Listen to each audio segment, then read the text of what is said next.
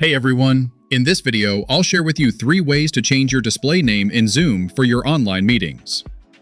Your display name is simply the name that everyone else sees when you join a room.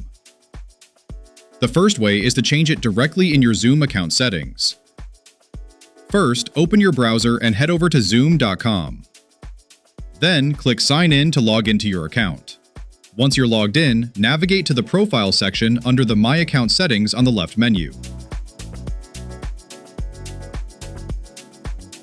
Next, click the Edit button and change your display name right there.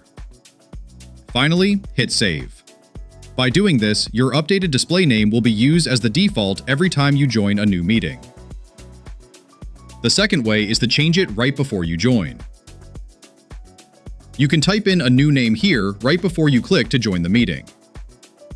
And the third way is for when you're already in a meeting and want to switch things up.